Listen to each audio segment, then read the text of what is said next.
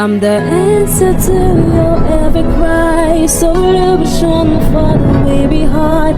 I bring to you the news.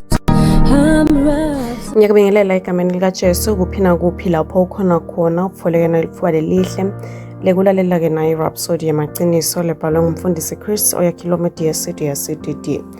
Lomhla ngulesine di11 kanti-ke umfundisi Chris oyakhilome DSCD usifundisa-ke ngesihloko lesithi sikhathi sekuvuna sesifikile. Amen. Johana 4:35 uthi niyaye ningetenasho yini ukuthi sekusele inyanga letine sivuna. Layelani la, phakamisani amehlo enu nibone ukuthi emasimu asamhlophe asalungele kuvunwa. Amen.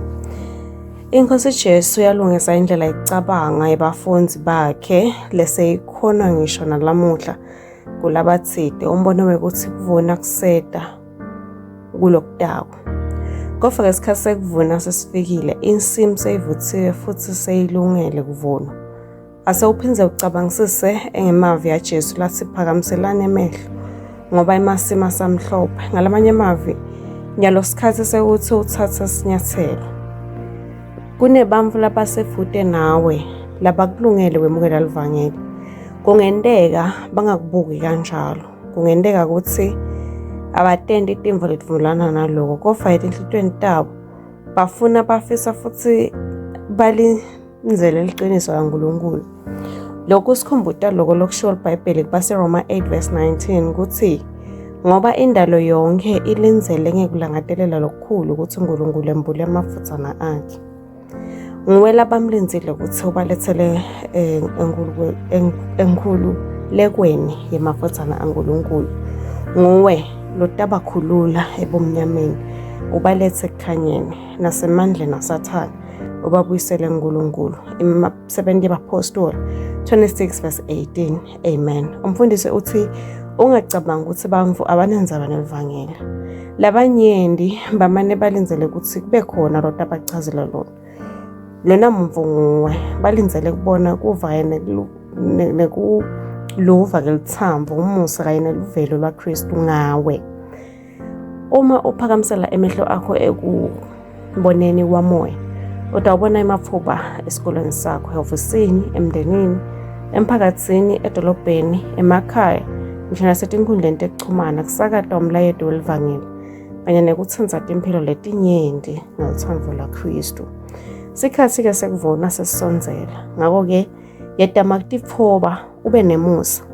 Sivuno akusho nje ukuthi sesilungele kodwa sekuyaphuphuma kanti-ke sikhathi sekuvuma ngiso lesi. Amen. Uqhubeka nesifomva ungafundza Mateyu 9:37-38, imisebenzi yabapostoli 8:29 -31, imisebenzi yabapostoli 26:16-18. Amen. Kulesikhathi senyalo sitawusho-ke nangomthandazo udosho emva kwami uthi babelo othandzekako. Ngiyabonga ngekuvula emehlo ami ukuthi ngibone ukuvuna lokungidungeletile. Ngiphemvula ngelutsamvo, kukholwa, sibinzi kanye neluvelo kulenselele yekuvuna. Ngithatha indzawo yami njengesisebenti lesethembekile ensimini yenu. Iletha labanyendi insinziso ngeligama likaJesu Kristu. Amen. Ngiyethemba ukuthi ifowotele kakhulu i-Rhapsody yethu yalomuhla. Amen. Siyakumema kwekuthi wende Jesu Kristu inkosi yempilo yakho ngekuthandaza kanje. Nkosi Nkulunkulu, ngiyakholelwa ngayo yonke inhlitiyo yami enkosini Jesu Kristu, imvodzana yaNkulunkulu lophilako. Ngiyakholwa wangifela nekuthi uNkulunkulu wamvusa kulabafile.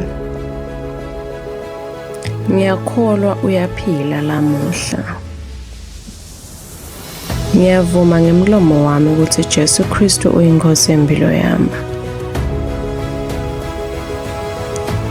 kusukela lamuhla. Ngaye nangeligama lakhe.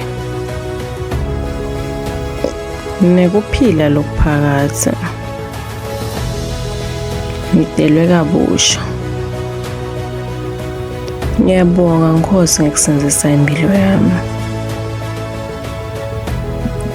Nyalo sengumfana kaNkulunkulu. Haleluya.